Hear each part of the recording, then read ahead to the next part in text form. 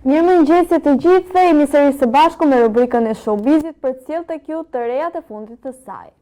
Doja fillojmë sot me Olsi Bylykun, i cili ka qenë i ftuar në emisionin e Dalinës, ku ka folur përveç të tjerave, përveç anës së tij artistike, ka folur edhe për Eglin.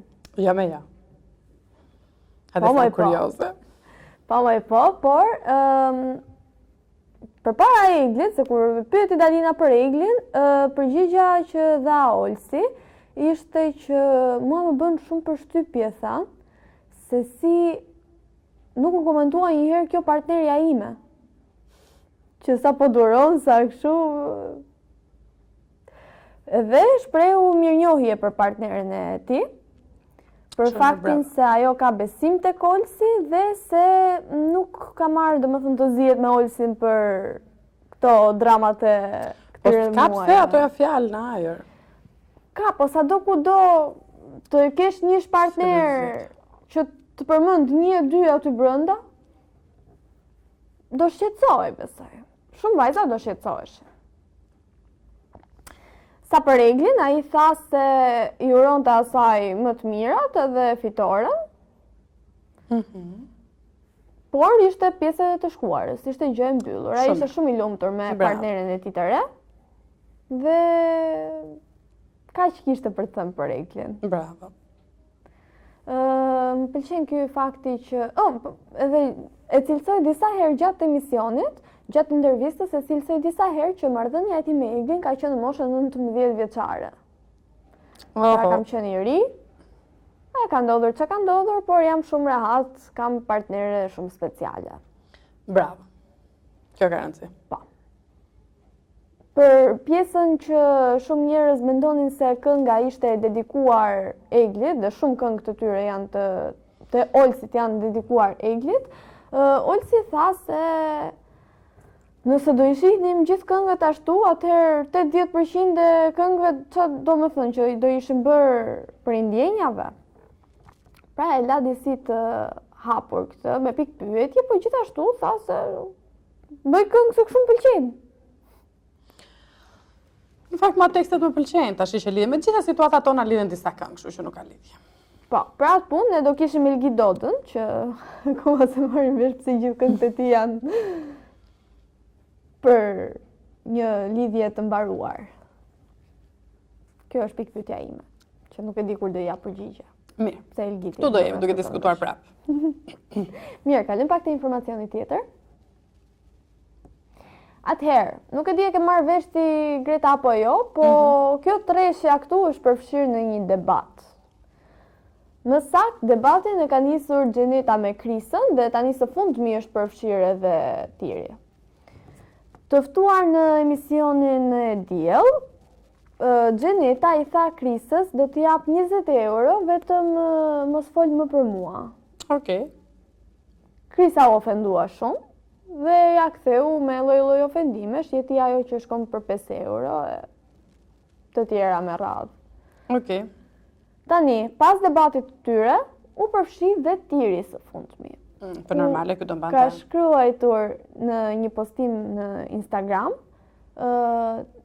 drejtuar Gjenetës që t'i jap një 7.000 lekësh, vetëm mbyll atë gojë, mos a hap më, se po na çan ato që thuhet.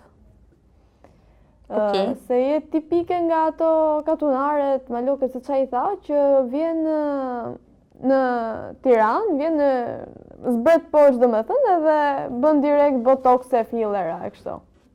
Po. Që është ky nivel mi aman? Që është ky nivel tash ti? Unë mendoj që Gjeneta këtë e kërkonte. Sepse është shumë ofendim që ti në mes të një emisioni të thuash dikujt që po t'jap 20 euro dhe vetëm mos fol më për mua. Është ofendim. Po. Është ofendim, kështu që përderisa Gjeneta e hodhi atë gurin, normal që priste reagim. Po. Do shohim si do vijoj debati mes Treshes, që duket se janë goxha të tensionuar, dhe do ju sjellim tek ju të rejat e fundit. Patjetër, pse jo. Mirë, kalim pak tek informacioni tjetër. Atëherë, Big Mama në ka ardhur me një rrëfim prekës, Big Mama është pjesë e formatit Ferma VIP, është një ndër banorët atje. Dhe së fundmi ajo ka folur pak rreth babait të saj. Ka thënë se nëse Jati do të ndronte jetë, ajo do të kryente vetvrasje sepse nuk mund ta përballonte. Mirë, po jeta i kishte sjell fatin që ai të vdiste në duart e saj dhe ajo ishte koordinuar, kishte mbledhur veten. Të vjen keq, është shumë e vështirë të humbësh një prind, një person shumë të dashur dhe duhet t'japim forca përpara. Patjetër, është e vërtet. T'japim forca përpara. Është e vërtet, jemi të destinuar për të përballuar këto lloj dhimbjesh. Është shumë e madhe në çdo moshë, tu mbas është prindi, po ja që s'kemi çfarë të bëjmë, janë pjesë e jetës. Janë pjesë e jetës. Më çudit fakti që kjo është futur në këtë format, sepse në Big Brother kjo doli vetëm me dëshirën e saj më të madhe, duke u kapur kot me një budallallik aty, se këta kosovarët kanë gjë që flasin shumë me vete dhe me kamerat. Dhe një ditë të bukur ishte duke thënë Big Mama të hëngër të morti apo këtu të shkërkove. Duke i thënë vetës Big Brother. Po mbas e kësaj radhe nuk i ka planifikuar koncertet, sepse kur doli nga Big Brother Nishi ishte, mos gaboj, Nishi ishte, kur doli nga Big Brotheri, ajo direkt shkoi për koncert. I kishte koncertet e planifikuara dhe fansat aluduan se ajo kishte bërë një marrëveshje për të qenë në Big Brother për një periudhë kohe të caktuar, sepse kishte lënë punë jashtë. Kështu që mbase tani ka ardhur ta çojë deri në fund rrugtimin. Nuk i dihet. Mbase. Mirë, do të kalojmë pak edhe tek informacioni i fundit i përgatitur për sot. Tani, Soni Malaj ka dhënë një deklarat para disa ditësh ku është keq kuptuar shumë. Është keq kuptuar. Tani ajo për të keq kuptuar e tha, po nejse.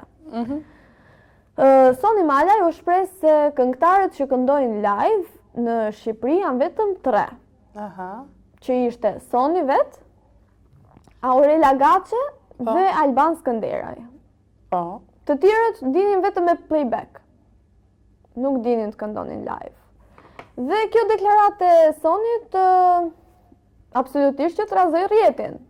Shumë artistë u ndihen të ofenduar dhe Soni vendosi t'i përgjigjej që po thonte unë nuk dua të ofendoj kolegët e mi, po ajo që thash është se vetëm këta këndojnë 100% Po mirë, kam edhe minë vetë.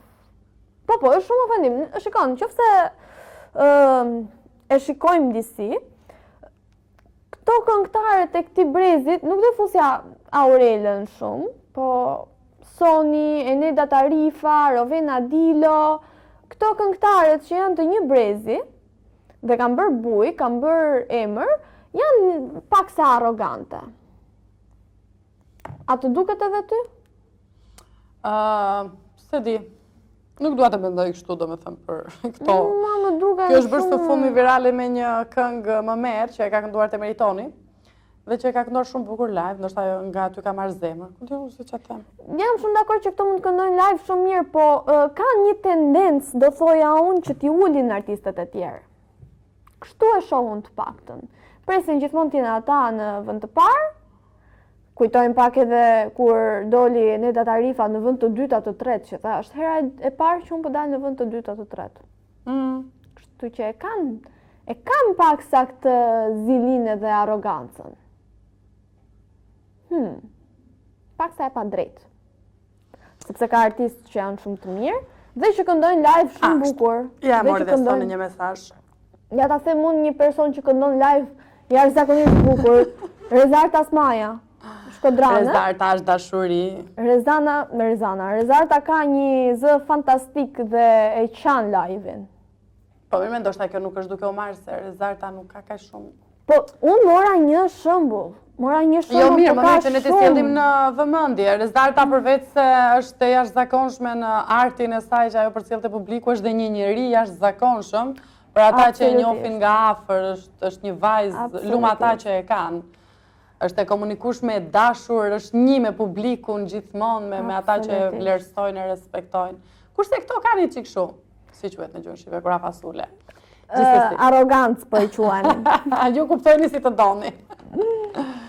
Okej, mirë, Sibora, faleminderit. Mirë, këto ishin informacionet që ne kishim përgatitur për sot. Ne do të ritakojmë sërish ditën e nesërme me të reja të fundit të showbizit.